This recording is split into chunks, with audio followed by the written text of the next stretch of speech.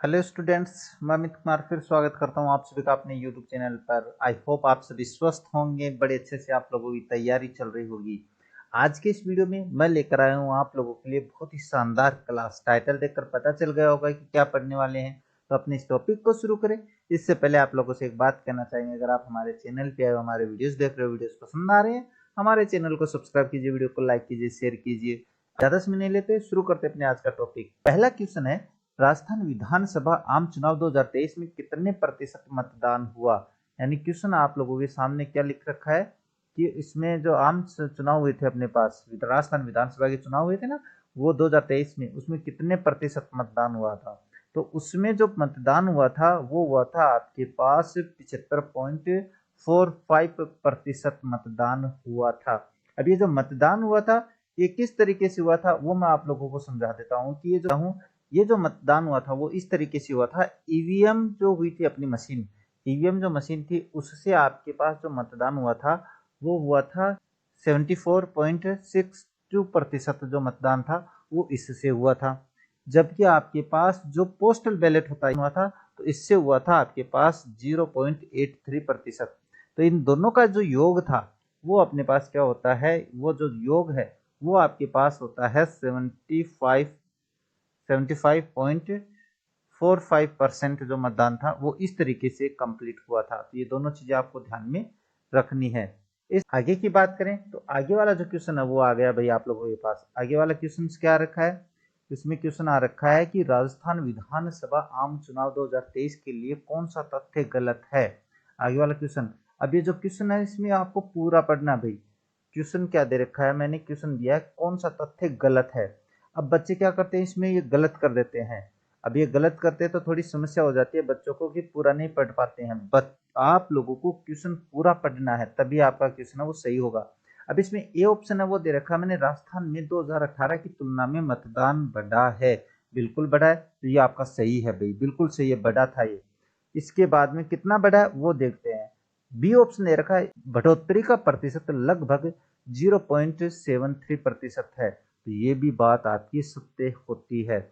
अब ये बात सत्य है। इसके बाद नेक्स्ट बात करते हैं सी ऑप्शन की, पोस्टल बैलेट पेपर से लगभग 0.8% मतदान हुआ। ये भी आपका सही है। अब ये पोस्टल बैलेट क्या होता है इस बारे में थोड़ा सा मैं आप लोगों को बता देता हूँ कि जो पोस्टल बैलेट होता है वो किसे जारी होता है। तो ये किस उस कर्मचारी को जारी होता है जो चुनाव में अपनी ड्यूटी पे गया है और जो अपने बूथ पर वोट नहीं कर सकता है, मतदान नहीं कर सकता है, उसको पोस्टल बैलेट जारी होता है, फिर वो उससे अपना मतदान करता है। तो यहाँ से इससे जो मतदान हुआ वो कितना हुआ है, वो हुआ है 0.83%। और मैंने इससे पीछे वाले क्वेश्चन में आप लोगों को समझा दिया है कि क्वेश्चन बड़ा इंपॉर्टेंट है, इसे आप अभी नोट कर लेना। अब बात करते हैं डी ऑप्शन की। डी ऑप्शन में क्या दे रखा है, ऑप्शन दे रखा है वो दे रखा है कि पुरुष मतदान महिला मतदान से अधिक रहा है। ये ऑप्शन आपका गलत है भाई। क्यों गलत है, इसमें मैं आप लोगों को समझा देता हूँ कि ये किस तरीके से गलत है। मेल जो मतदान हुआ है, मेल यानी पुरुष मतदान जो हुआ है वो कितना हुआ था, वो हुआ था आपके पास 74.53%। और ये ईवीएम का भाई, ईवीएम से जो चुनाव पड़े थे उनसे निकाला गया है। और फीमेल जो चुनाव था, फीमेल जो हुआ है वोट, वो वोट पोल्ड हुआ अपने पास कितना 74.72% हुआ है। तो ये मान के चलो आपके पास यहाँ पे जो फीमेल का अंतर है, डिफरेंस, डिफरेंस कितना है, वो पास 0.19%। तो महिला मतदान है वो कितना अधिक हुआ है, लगभग 0.19% चुनाव है वो अधिक हुआ है। इस तरीके से आपका ये क्वेश्चन है, बिल्कुल बहुत ज्यादा इंपॉर्टेंट है। तो आपका इसमें ऑप्शन हो जाएगा डी। देखिए, और आगे वाला क्वेश्चन है, ये क्वेश्चन बड़ा ही इंपॉर्टेंट क्वेश्चन है भाई आप लोगों के लिए, बहुत ज्यादा है, क्रम बहुत ज्यादा पूछते हैं। राजस्थान विधानसभा चुनाव 2023 में सर्वाधिक महिला मतदान प्रतिशत विधानसभा क्षेत्रों का अवरोही क्रम, अवरोही क्रम है घटते क्रम में पूछा। ऑप्शन ए दे रखा है पोखरण कुशलगढ़ तिजारा, बी है कुशलगढ़ तिजारा तिजारा पोखरण, और तीसरा है तिजारा पोखरण कुशलगढ़, चौथा है अपने पास तिजारा कुशलगढ़ पोखरण। इसमें ऑप्शन ए सही है, सबसे ज्यादा हुआ है पोखरण में, उसके बाद में हुआ कुशलगढ़ में, उसके बाद में अपने पास हुआ तिजारा में। अब यहाँ पे जो महिला पर मतदान है वो सबसे अधिक हुआ है, और वो कितना कितना हुआ है वो मैं क्रम से आप लोगों को यहाँ पे बता देता हूँ। क्रम से बताएं तो आपके पास पोखरण में 88.23 मतदान हुआ है पोखरण में। मैं क्रम से ही लिख रहा हूँ भाई, आप लोग देख लेना। उसके बाद में बात करें कुशलगढ़ की, तो कुशलगढ़ में 87.45% मतदान हुआ है। तो ये हो गया आपके पास। नेक्स्ट बात करें तो नेक्स्ट आपके पास तिजारा है, और तिजारा में मैं बता देता हूँ आप लोगों को 85.45% मतदान हुआ है। ये महिला मतदान भाई, ये जो महिलाओं ने मतदान किया है, अब की बार महिलाओं ने बहुत ज्यादा भागीदारी ली थी अपने चुनाव में, तो ये आपको ध्यान में रखना है। तीनों के मैंने प्रतिशत वो बता दिए हैं, कितने कितने प्रतिशत कहाँ कहाँ पे हुए हैं। अब बात करते हैं नेक्स्ट क्वेश्चन की। ये जो प्रश्न है बड़ा ही इंपॉर्टेंट है। क्वेश्चन पढ़ो आप लोग, आपको बिल्कुल ऐसे लगेगा कि क्वेश्चन कहाँ से बनाए हैं सर आपने। राजस्थान विधानसभा चुनाव के बारे में कौन सा कथन सत्य नहीं है। तो ये जो सत्य वाला बात है ना, होती है ना ये सत्य वाली बातें, ये आपको ध्यान में रखनी है। सत्य यानी क्वेश्चन आप लोगों को कंप्लीट पढ़ना है। अब कंप्लीट पढ़ोगे तब ही आप आंसर दे पाओगे। तो अब बात करते हैं क्वेश्चन की। क्वेश्चन है इसके जो ऑप्शन है वो है कि राजस्थान विधानसभा चुनाव में कभी भी महिला प्रत्याशी 15% से अधिक नहीं जीत पाई है। ये बात आपकी सत्य है, यानी आज तक महिला जितने भी अपनी विधानसभा चुनाव हुए हैं उसमें महिलाओं का प्रतिशत है वो 15% से अधिक नहीं रहा है। ये सत्य बात है, आपको अभी भी ध्यान में रखना है। अब ये बात आपकी ध्यान में रखनी है। नेक्स्ट बात करें तो 15वीं विधानसभा में महिलाओं की संख्या 24 थी। बिल्कुल अपने 2018 में ना जो मैं विधानसभा में महिलाएं चुनकर गई थी उनकी संख्या 24 है। ये आपको ध्यान में रखनी है, 24 थी पिछली बार संख्या। अब बात करते हैं आगे वाला ऑप्शन। आगे वाला ऑप्शन देखें तो आपके पास आ रखा है 16वीं विधानसभा में महिलाओं की संख्या घटकर 20 हो गई है। तो अब की बार पिछले नाम जो महिलाओं की संख्या है वो 4 कम हो गई थी। तो अब की बार कितनी है टोटल, अब की बार अपनी 16वीं विधानसभा में महिलाओं की संख्या 20 ही है। तो ये भी सत्य बात है। अब बात करते हैं नेक्स्ट, कुशलगढ़ विधानसभा क्षेत्र में सबसे कम मतदान हुआ है। ये बात गलत है, क्योंकि कुशलगढ़ वो विधानसभा क्षेत्र है जहां पर जो मतदान प्रतिशत है वो सबसे अधिक रहा है। मतलब जो जहां पर अधिक मतदान हुए उन क्षेत्रों में, विधानसभा क्षेत्रों में शामिल था कुशलगढ़। तो ये आपको ध्यान में रखना है, ये आपका ऑप्शन हो जाता है। इस तरीके से आपका ये ऑप्शन डी है, ये इसमें गलत है। बात करते हैं नेक्स्ट, आगे वाला जो क्वेश्चन है ये भी बड़ा इंपॉर्टेंट है। क्वेश्चन क्या दे रखा है, राजस्थान विधानसभा चुनाव 2023 के बारे में कौन सा तथ्य गलत है। अब आप कहोगे सर आप तो गलत गलत ही पूछ रहे हो। बिल्कुल पूछना पड़ता है। जो गलत तथ्य है वो मैं बताता हूँ आप लोगों को कौन सा है। अब इसमें देखो क्या होता है, इसमें अगर अपन बात करें तो जो ऑप्शन है वो क्या है कि ए ऑप्शन में दे रखा है कुशलगढ़ विधानसभा क्षेत्र में ईवीएम से सर्वाधिक मतदान प्रतिशत में हुआ है। बिल्कुल हुआ है। तो सबसे ज्यादा मतदान ईवीएम से सबसे ज्यादा मतदान कहाँ हुआ, कुशलगढ़ क्षेत्र विधानसभा क्षेत्र से हुआ है। नेक्स्ट बात करें तो नेक्स्ट की बात करें तो यहाँ लगभग 88.13% मतदान हुआ है। ये भी सत्य बात है, कोई गलत नहीं है इसमें।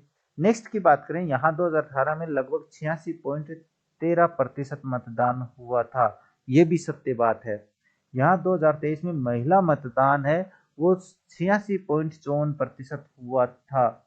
ये गलत है, क्योंकि अभी अपने पिछले ट्यूशन में पढ़ा है कि यहाँ पर अपने पास 87 पॉइंट, यहाँ पे कितना प्रतिशत मतदान हुआ था, यहाँ पे 87.54% मतदान हुआ है। तो ये आपको ध्यान में रखना है, क्वेश्चन है बड़ा इंपॉर्टेंट है आप लोगों के लिए। अब यहाँ पे अगर अपने पास कौन कौन से तथ्य है वो आपको ध्यान में रखने, ये आप बिल्कुल समझदार हो, रख लोगे।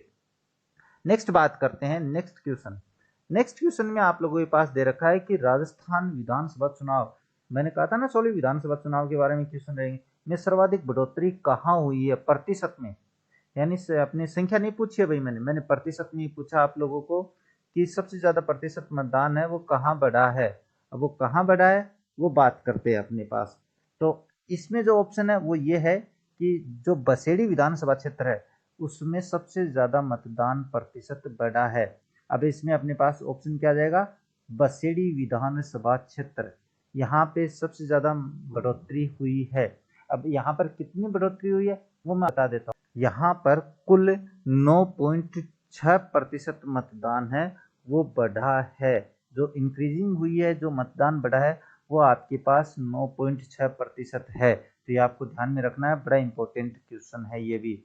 अब बात करते हैं इसके आगे की। ये क्वेश्चन बड़ा ही इंपॉर्टेंट है और इसमें क्या लिख रखा है, राजस्थान विधानसभा चुनाव 2023 में सबसे कम, तो सबसे कम महिला मतदान प्रतिशत कहाँ रहा। तो सबसे कम महिला मतदान प्रतिशत है वो आपके पास रहा, जैसे इसमें ऑप्शन है जोधपुर, टोडा भीम, बामनवास, जैसलमेर। तो जो सबसे कम मतदान रहा महिला प्रतिशत में वो रहा जोधपुर में। इसका क्वेश्चन आगे भी आने वाला है और यहाँ पर आपके जो महिला मतदान है उसका प्रतिशत भी मैं आप लोगों को बताऊं, यहाँ पे आपके 62.92% मतदान ही रहा था। तो महिलाओं का सबसे कम जो प्रतिशत मतदान है वो यहीं पर हुआ, जोधपुर में। इससे आगे भी एक क्वेश्चन आने वाला है तो वो भी मैं आप लोगों को यहाँ पे समझाने वाला हूँ। आगे के क्वेश्चन की बात करें तो आगे वाला जो क्वेश्चन है जाता है अपने पास, राजस्थान विधानसभा चुनाव में सर्वाधिक गिरावट किस विधानसभा क्षेत्र में रही प्रतिशत में, यानी सबसे कम मतदान, यानी जो सबसे ज्यादा गिरावट जिस क्षेत्र में आई थी वो कौन सा है। फलोदी है, हिंडोन है, जैसलमेर है, धौलपुर है। तो इसमें जो फलोदी क्षेत्र है यहाँ पर सबसे ज्यादा चुनाव में कमी आई है, गिरावट आई है, मतदान में कमी आई है।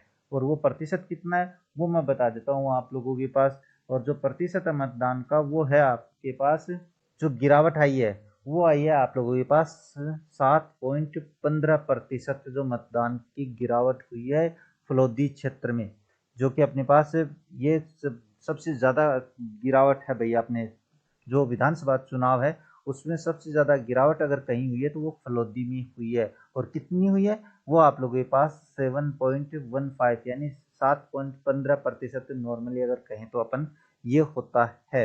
इस तरीके से आपको एक क्वेश्चन ध्यान में रखना है। अगर हमने नेक्स्ट क्वेश्चन है 16वीं विधानसभा के लिए प्रोटेम स्पीकर किसे बनाया गया। तो ये जो प्रोटेम स्पीकर है ये क्या होता है इसके बारे में मैं आप लोगों को समझा देता हूँ कि जो प्रोटेम स्पीकर होता है वो कौन होता है।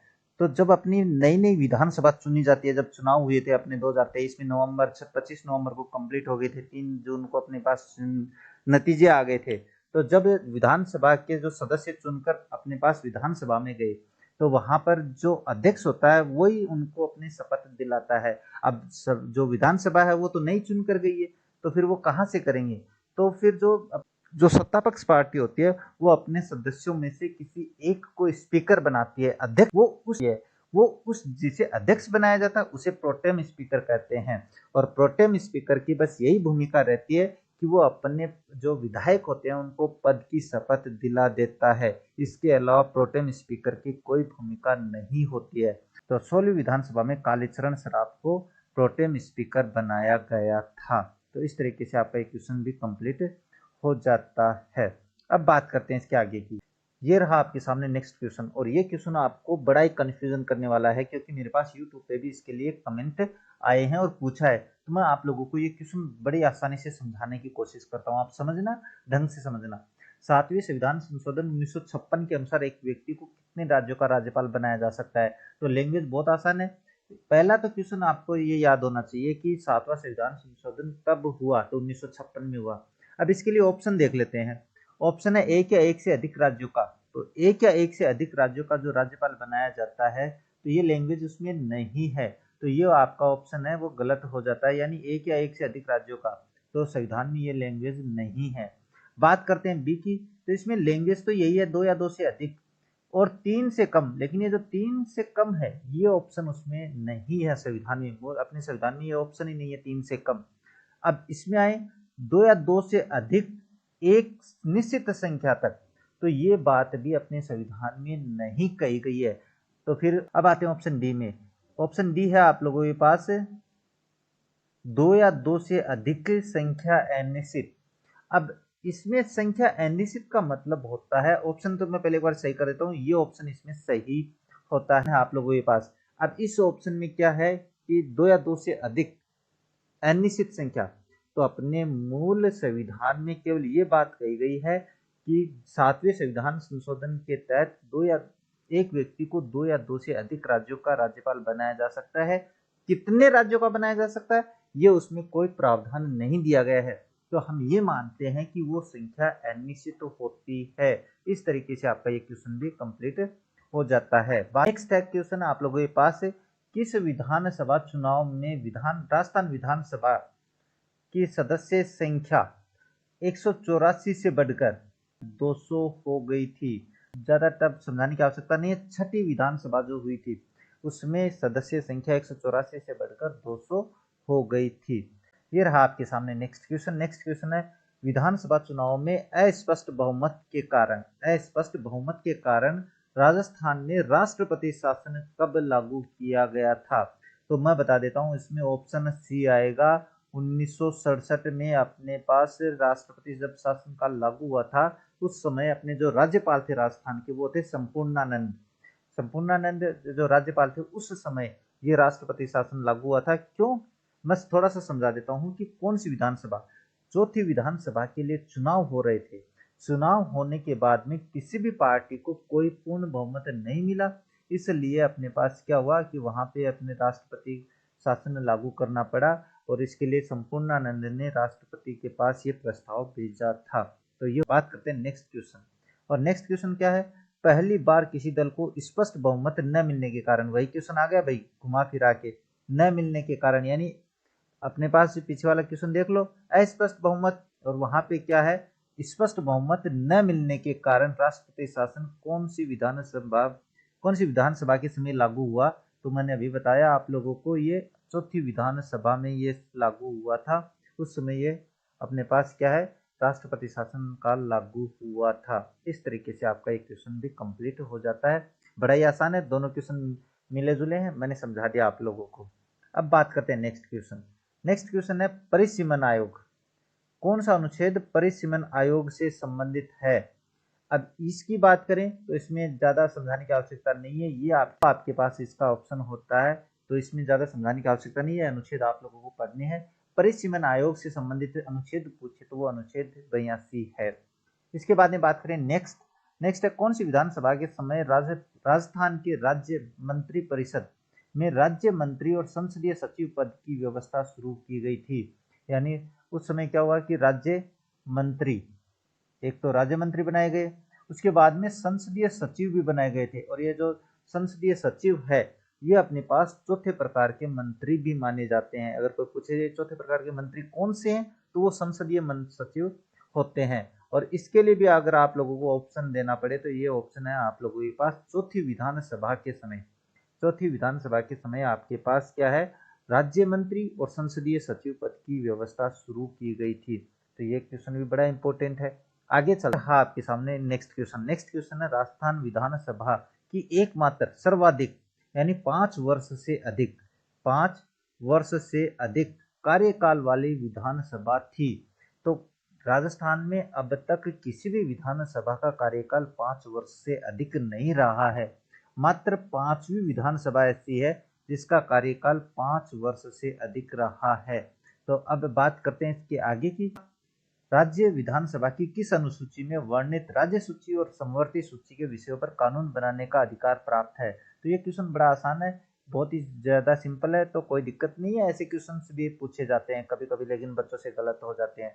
तो 7वीं अनुसूची में अपने पास राज्य है, वो अपने राज्य सूची और समवर्ती सूची के विषयों पर कानून बना सकता है। 7वीं अनुसूची ऐसी है जिसमें केंद्र के लिए और राज्यों के लिए विषयों का डिवाइडेशन किया गया है या वितरण किया गया है।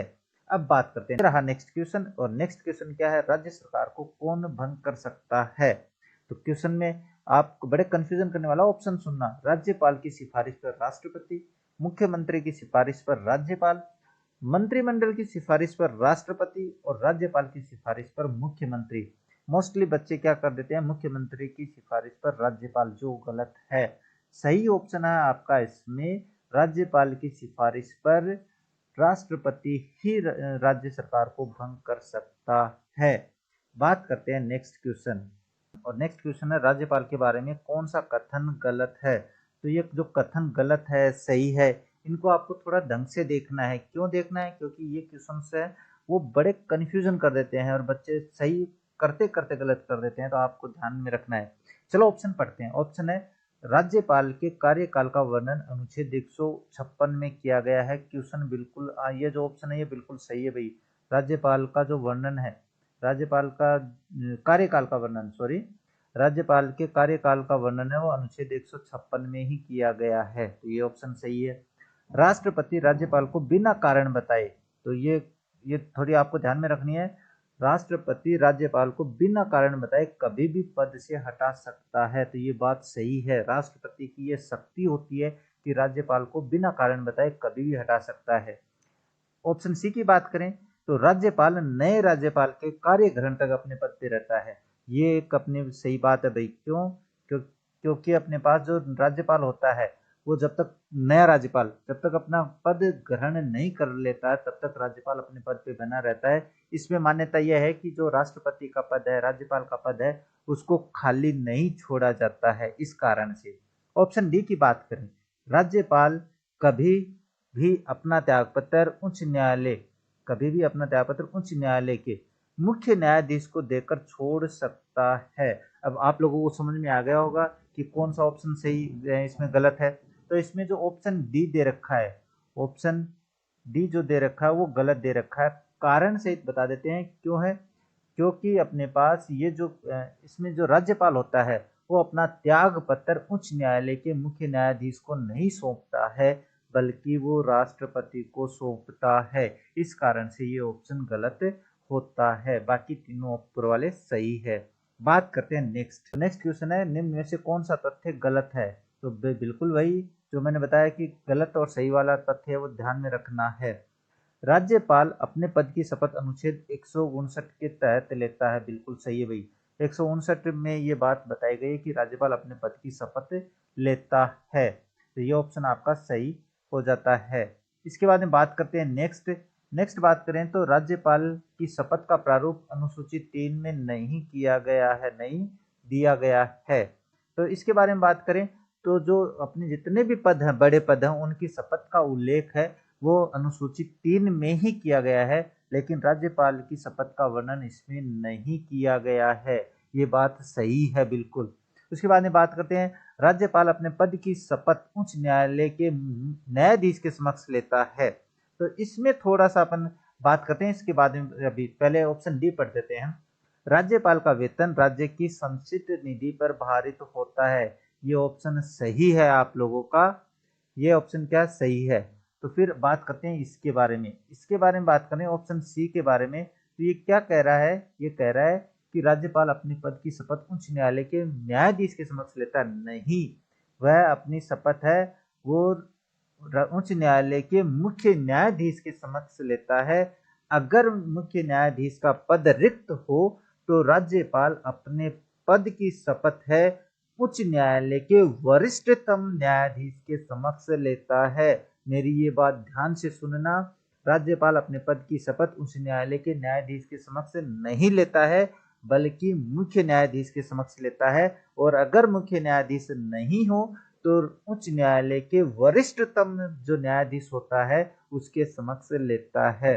इस तरीके से आपके लिए जो मैंने क्वेश्चन तैयार किए थे 20 क्वेश्चन है, कोई ज्यादा नहीं है। अगर आप लोगों ने ढंग से मेरी क्लास देखी है तो यह इनमें से आपको क्वेश्चन है वो आपकी प्रत्येक कंपटीशन एग्जाम में देखने को मिलने वाले हैं। आज की क्लास में बस इतना ही, मिलते हैं आप लोगों से आगे एक नई क्लास लेकर। तब तक देखते रहिए हमारे चैनल। जय हिंद, जय भारत।